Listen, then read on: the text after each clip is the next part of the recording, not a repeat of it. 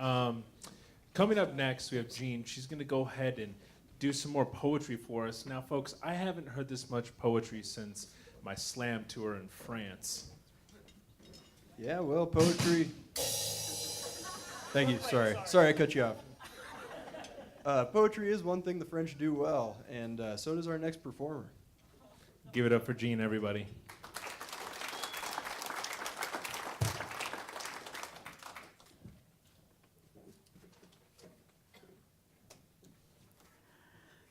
Well, when I told Sam and Hannah that I would do something for the talent show, I didn't know what I was going to do, and I thought, well, I'll just dig out some of the poetry I've written over the years. But when I went through, I only found one poem that was mine. So I found a whole bunch of other really good ones, though, to share with you. But kind of before the poetry starts, I have something else interesting for you that's going to lead into the poetry. I have this crisp $20 bill, all brand new and nice. Would anybody here like a $20 bill? You see hands. Yeah? I don't know. Oh. Does anybody still want this $20 bill? All the young people, huh? Way wants it back. He gave it to me. Well, I don't know.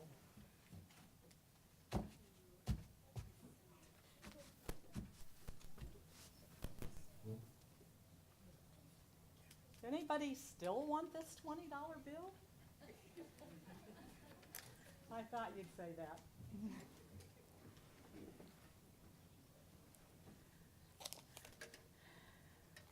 Okay, my friends, we have all learned a very valuable lesson.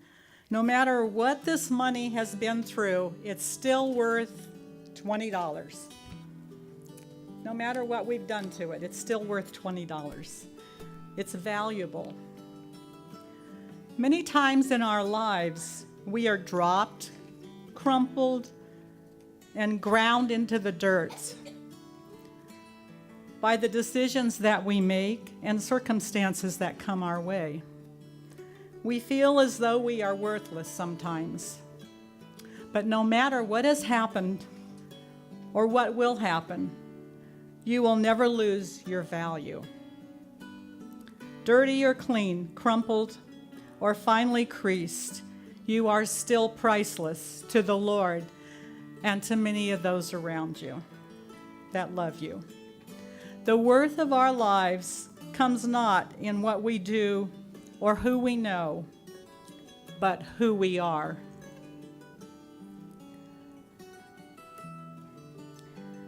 You are special to the Lord and others.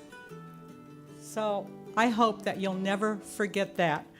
Whenever you look at a $20 bill, always remember that you always have worth.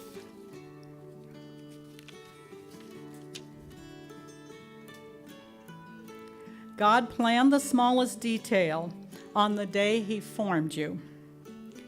And just as certainly He planned each detail of your birth, He knew the color of your hair, the color of your eyes, the circumstances of your days, each how and when and where. And God has had a perfect plan from all eternity to touch the lives of others through the lives of you and me.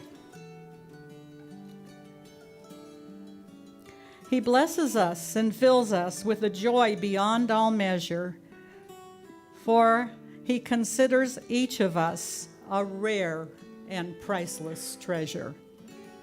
That one was written by Emily Matthews.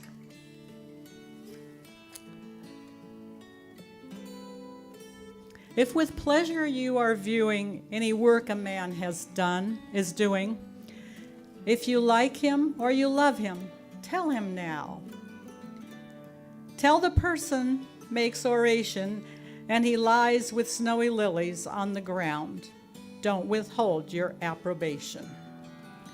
For no matter how you shout it, he won't really care about it. He won't know how many teardrops you have shed. So if some praise is due him, now the time to slip it to him, for he cannot read the tombstone when he's dead.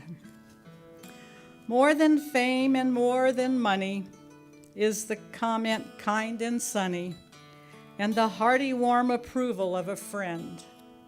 For he gives to life a savor, and he makes you stronger, braver, and it gives you heart and courage to the end. If he earns your praise, bestow it. If you like him, let him know it. Let the words of encouragement be said. Do not wait till life is over and he's underneath the clover, for he cannot read his tombstone when he's dead. And that is an anonymous poem. There is no thinking person who can stand untouched today and view the world around us drifting downward to decay, without feeling deep within him a silent, unnamed dread, wondering how to stem the chaos that lies frighteningly ahead.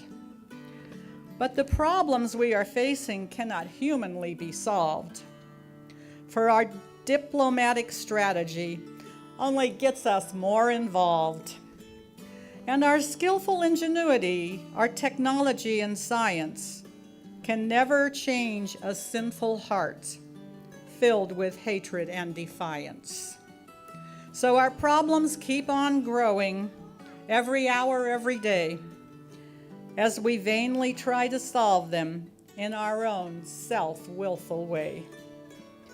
But man is powerless alone to clean up the world outside until his own polluted soul is clean and free inside. For the amazing power of love is beyond all comprehension, and it alone can heal this world of its hatred and dissension. By Helen Steiner Ross. And this is the one poem that I wrote some years ago. Heavenly Father up above, yet beside me with your love. Undeserving this I know, still your spirit helps me grow. May the bread I seek each day be your word, that's your way. Please help me forgive quickly so that you too will forgive the sins I do. You are caring, constant, close, giving your love in unmeasured dose. Protect me from the evil one, so your work I may get done. Then one day you'll call me home with you in heaven upon your throne.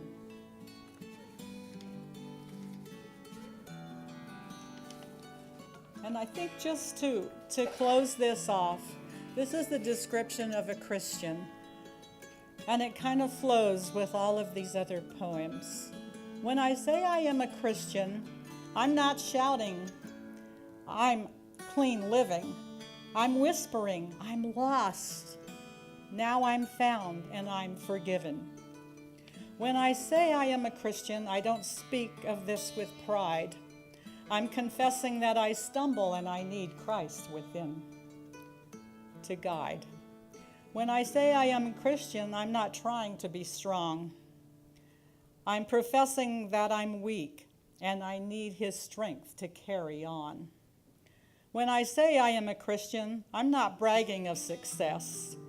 I'm admitting I have failed and need God to clean my mess. When I say I am a Christian, I'm not claiming to be perfect. My flaws are far too visible. But God believes I am worth it. When I say I am a Christian, I still feel the sting of pain. I have my share of heartaches, so I call upon his name. When I say I am a Christian, I'm not holier than thou. I'm just a simple sinner who received God's grace somehow.